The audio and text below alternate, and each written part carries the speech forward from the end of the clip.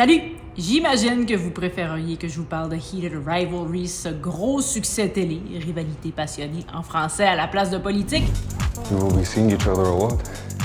Yeah, Boston and Montreal play against each other often. Mais je vais quand même vous parler de politique parce que ça brasse au Saguenay-Lac-Saint-Jean. L'élection partielle a finalement été déclenchée dans le comté de Chicoutimi. Le jour du vote, à mettre dans votre calendrier, c'est le 23 février prochain. Bon, vous allez me dire, c'est assez proche de l'élection générale qui va avoir lieu en automne prochain, en théorie. Il y a même des gens qui pensent qu'on aurait pu se passer de députés jusque-là. Ils dépensent notre argent pour rien à faire une élection partielle, là, présentement. Là. Qu'attendre en octobre, on ne mourra pas parce que Mme Laforêt n'est plus là. Sauf que c'est dans la loi. Lorsqu'une circonscription se retrouve sans député, plus de 6 mois avant des élections générales, le gouvernement doit déclencher une élection partielle et il doit le faire au maximum 6 mois après que le siège ait été vacant. Dans ce cas-ci, c'est le départ d'André Laforêt qui a créé tout ça. Elle a quitté son poste le 4 septembre dernier pour se lancer dans la course à la mairie de Saguenay. Bon, elle a perdu ses élections, mais le siège de député de Chicoutimi est malgré tout vacant.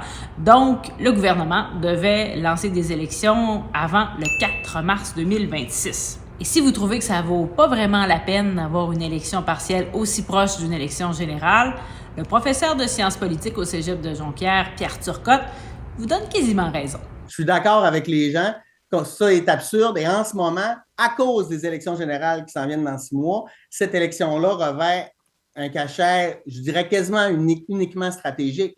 Parce que même pour le Parti québécois, ils vont vouloir bâtir leur assise là-dessus, démontrer, parce que pour eux, si les sondages s'avèrent vrais et qu'ils remportent, dire, regardez, on a le vent dans les voiles, on est parti, on était 2, 3, 4, 5, 6, et donc c'est un message positif qui est envoyé. Mais pour la population, ben oui, écoutez, le bureau de comté va ouvrir, que peut-être qu'on va être déjà en élection, ça devient un peu absurde.